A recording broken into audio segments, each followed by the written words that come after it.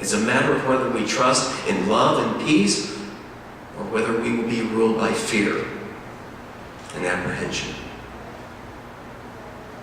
The choice is clear. The question is what we do, how we act. Do we trust in the power of love rather than the power of force?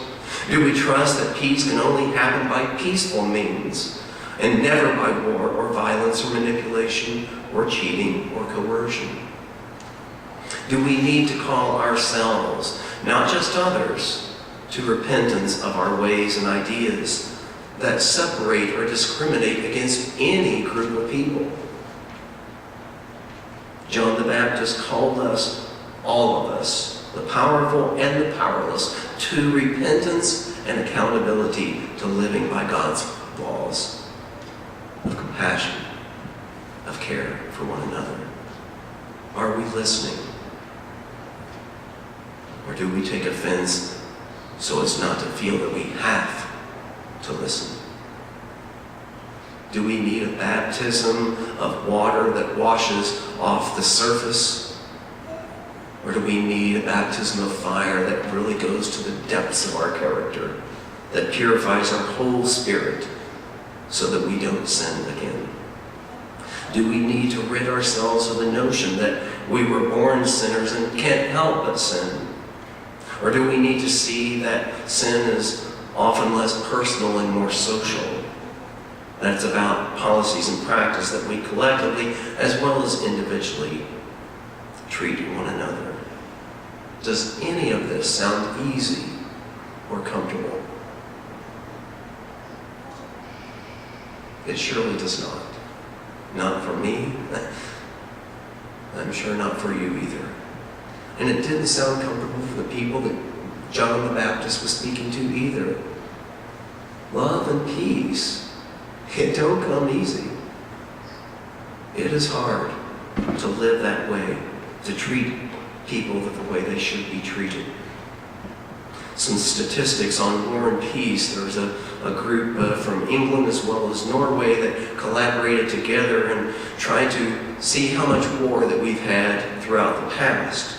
And they declared that since 3600 BC, that is over 5,600 years of recorded human history that they had, that only 292 years of that were peace. All the other years there was war somewhere in the world. In that same period of time, there were 14,351 wars. Wow.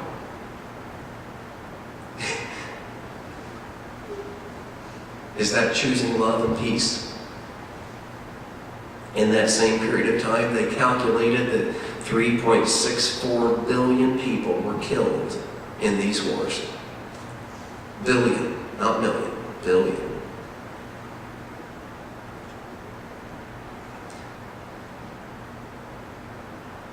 When will we change our ways, change what we will allow others to do to others?